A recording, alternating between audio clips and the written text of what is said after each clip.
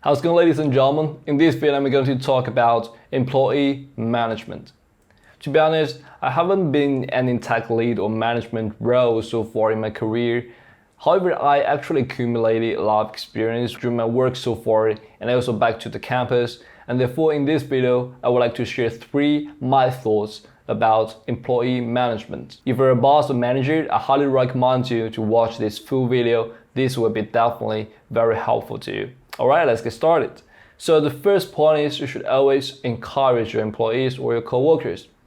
I know this must be a common sense among all people. We should always encourage other people. Be an encouraging person. I believe our teachers went back to primary school, they were teaching us like this. However, in real life, our people, the co-workers are really encouraging. Actually, I'm an active person. I would usually come up with ideas. No matter I write my idea in details in a document or I just share it with others orally, there are usually two different types of response. The first type is something like this. I think there are a lot of issues. We have lack of resource, lack of humans, and there are a lot of technical difficulties, not to mention the financial improvement, something like that. It's very difficult. So this is the first type, and the second type is, I think this is very interesting idea. So after we introduce this feature, we can save a lot of time, save some cost, and to improve user experience. This is a great idea. However, here are my concerns, blah, blah, blah. When I share my idea with these two different types of people, even though their ideas are quite similar, but expression and feeling to me is quite different. Nowadays, the core competitiveness of products is creativity, and creativity comes from ideas. When hearing an idea, if your reaction is, man, it's not good, or there are a lot of difficulties, this will largely discourage employees in the long term, even though you're not intended to do so. The second point I would like to mention about is never push your employees too often. I know some relationship between boss, managers, and also employees are more like police and thief. The police, they're always chasing the employees. Hey, what are you doing now? Why are you taking so long for lunch? Why are you playing your cell phone? Why are you not writing a code? This actually shows a very distrust and dishonest to your coworkers and your employees. This is actually not a good sign for the long-term relationship. So usually there are two types of employees. The first one is the growth mindset. The second is fixed mindset. For the first type of growth mindset employee, they're not just working for their boss. Instead, they're more likely to working for themselves, to improve their skills, to learn as much as they can. While on the other hand, for the fixed mindset employee, they're more like to get used to the current situation and don't want to improve themselves in the long term anymore. For the first type, for the growth mindset, you actually don't need to push them at all.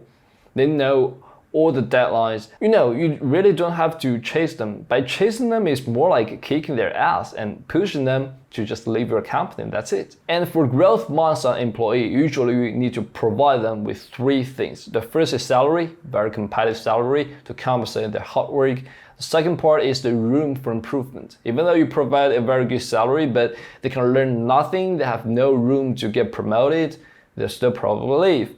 And last but not least, the hope. The growth mindset employees, especially those ambitious guys, they wish to make something out. If you can make your employee believe you, for example, even though we're in a very early stage, however, we are very likely to become a multi-billion-dollar product in the future and affect millions of people. If you can make your employees believe you, then this will be a huge deal. Very famous example here is Jack Ma when he first founded Alibaba, the commercial website. Even though they don't have many customers and their product is not good, however, he can make his employees believe himself, and this made a very successful entrepreneur story in the history. The third thing I would like to talk about is the salary increase.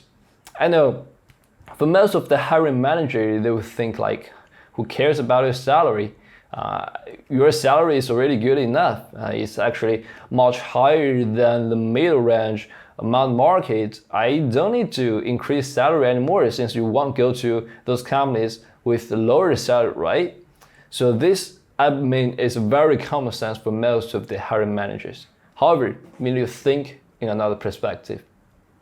So usually for a company, when they want to hire some people, usually there are three ways. First, they go to the website, so they will just collect for whatever resumes that the people sent to their website. The second way is usually they will have HRs that are specialized in headhunting. So they will just out-resource, for example, LinkedIn to ask you whether you're interested to join their company or not, whether you're interested in the jobs.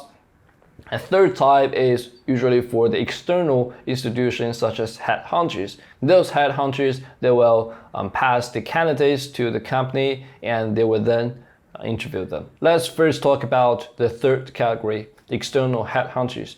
Usually they will charge around 30% of each successfully onboarded person they referred. So let's say the average salary for a software engineer in Singapore is around $100,000. So they will charge 30%, which is $30,000 for each successfully onboarded referee. So that's actually a lot of money. For the second category, the company's HR that is specialized in headhunting, actually it's very hard for them to get the employee onboarded. For software engineer, if they can get one onboarded each month, that will be a great achievement for them. So you can see these kind of things are very not efficient, right? And if you think in another way, say you just increase 5% of the salary and you just increase $500, that's it. Say your department have 50 people, that's actually a lot. You just spend $25,000.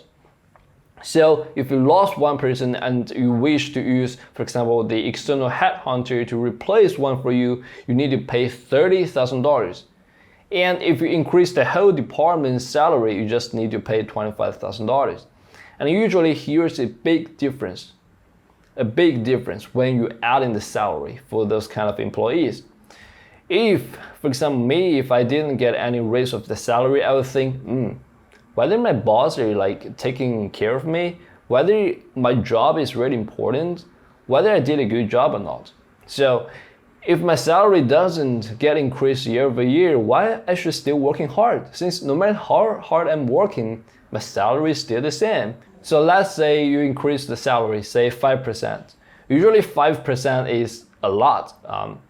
For normal companies, they would just increase around 3 to 4%. Therefore, even though you increase a base salary, there's a huge difference. Since for me, I know my salary is getting increased and know, okay, maybe in next year I need to do something more, right? Since my salary got increased, even though it's not a lot, but it still means something. It means my boss, my management team, they're looking something at me and I have to try my best. A very famous CEO once said that salary is actually a trap.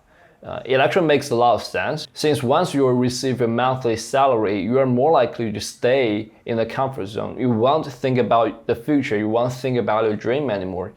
And by increasing even a little bit, 3 or 4% of the salary is a very clever way to make your employee in the comfort zone. So they will think like, okay, 3% or 4% a year, after 10 years, my salary might just get doubled or even tripled, something like that. So I don't need to seek any other opportunities outside, right? I just need to do my job right now and just let the time pass by.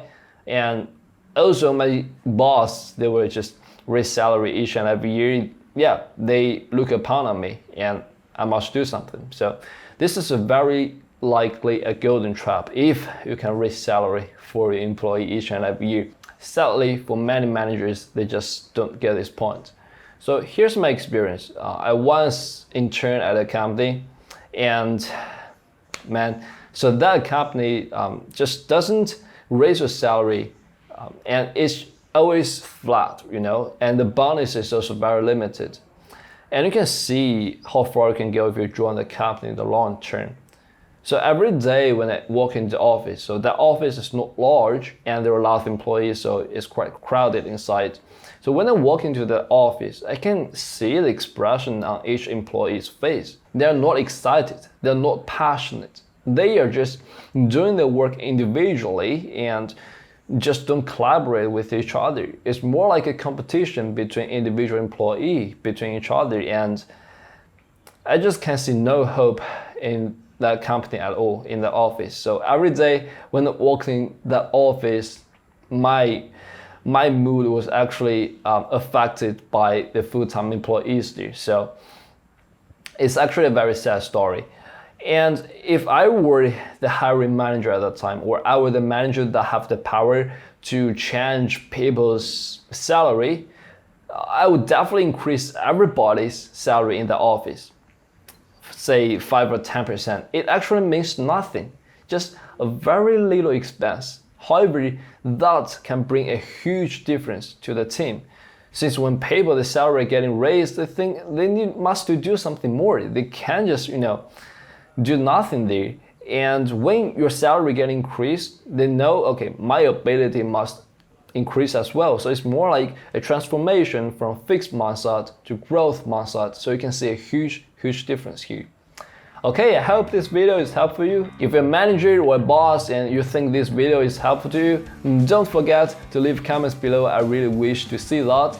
And if you're employees, don't forget what I mentioned earlier, since this is also very important to your future career and to change your mindset to promote your future career as well. Alright, thanks for watching and see you next time.